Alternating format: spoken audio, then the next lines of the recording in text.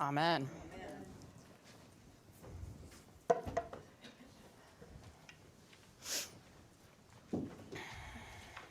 Please be seated. Sorry. The only person. Oh, and we're just having all kinds of fun today. There we go, finally. Okay. Good morning. Between illness and no power and heat and forgotten music and all kinds of crazy this morning, we are a little bit fractured. So let's take a moment and be quiet and just sit and breathe a couple of times.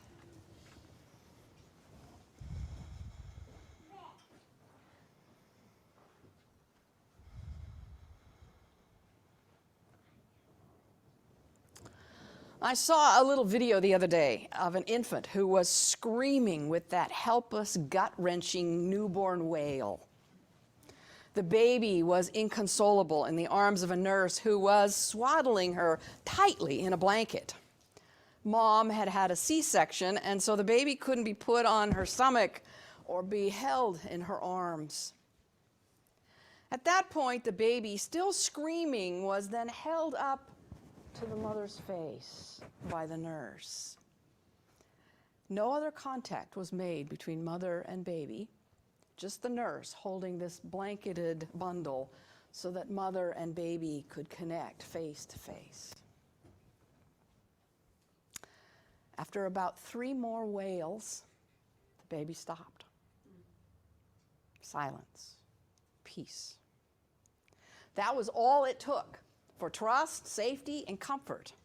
There was this knowing that made all the difference to this distressed infant who was only minutes old. What was it? Was it scent? Skin temperature? Heartbeat? A familiar heartbeat? Or a known voice? Whatever it was, this little one knew its mother and knew in 2 or 3 breaths, just like we just took. And all of a sudden, everything was okay. That video came to me as I was going through today's readings. I don't often preach on anything other than the gospel, so I would invite you to listen to the psalm again. I'm going to read the parts that they left out because honestly, I have no idea why they left them out. Lord, you have searched me out and known me. You know my sitting down and my rising up. You discern my thoughts from afar. You trace my journeys and my resting places. You are acquainted with all my ways. Indeed, there is not a word on my lips, but you, O Lord, know it altogether. You press upon me behind and before and lay your hand upon me. Such knowledge is too wonderful for me. It is so high that I cannot attain to it. And what was omitted? Where can I go then from your spirit? Where can I flee from your presence? If I climb up to heaven, you are there. If I make my grave in my bed, you are there also. If I take the wings of morning and dwell in the uttermost parts of the sea, even there your hand will lead me and your right hand hold me fast. If I say, surely the darkness will cover me and the light around me turn to night, darkness is not dark to you.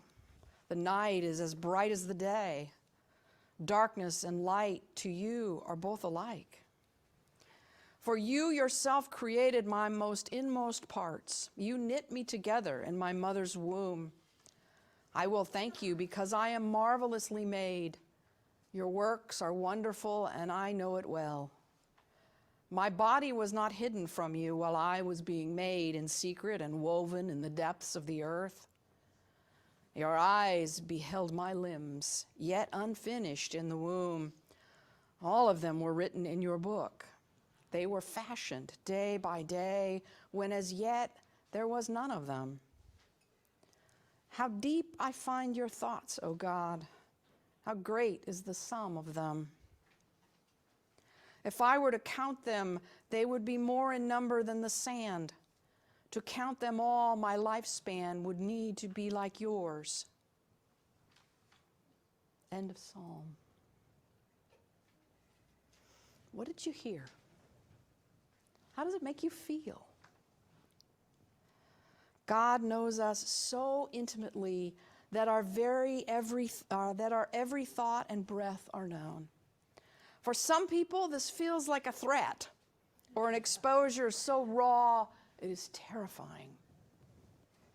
Not so for me. It is the most hopeful, helpful thing I know.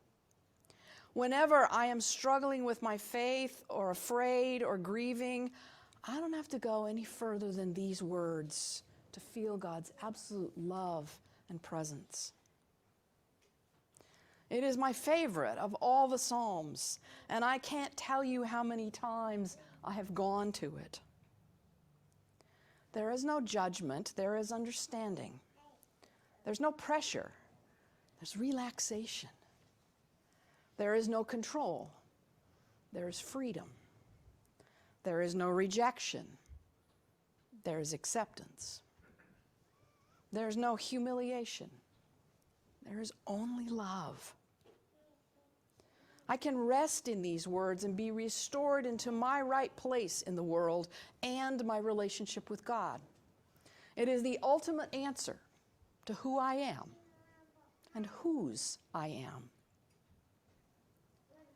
In the moment when all the masks are taken off and the secrets are revealed, there is this connection made that is so profound, it is life-altering.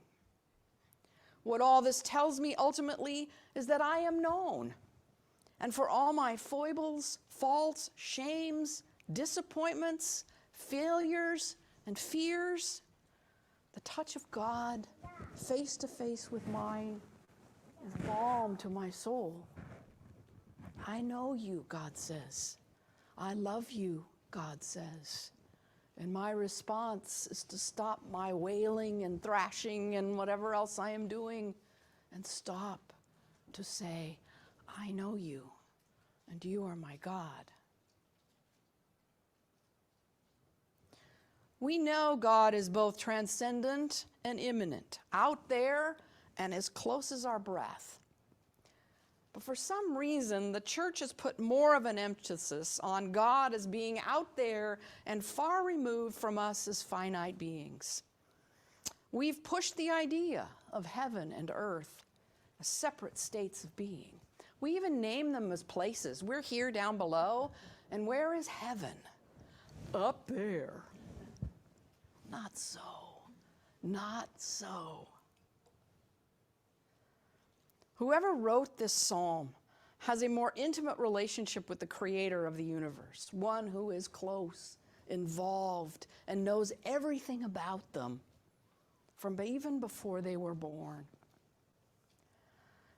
And it means that God can be at the farthest reaches of the universe and in the most knowing places of our hearts and souls.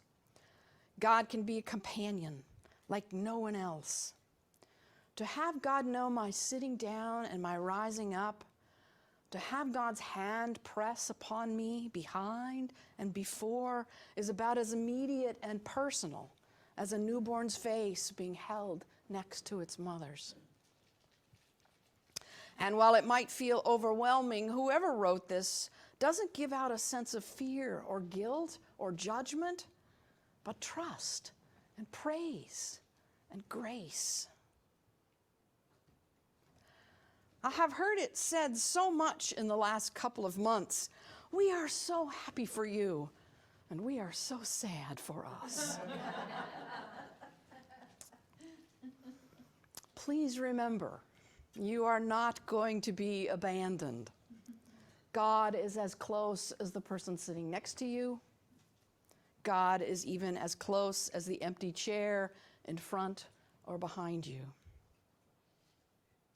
God is even on the faces of those on Zoom, always.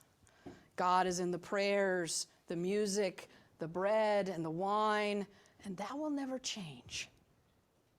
Truth be told, I'm sad to leave too. But God will be right here with us, each of us, wherever we are and whatever we do. Good things will happen to all of us. I know that. Blessings that we won't ever know until we step out from this place to whatever is next.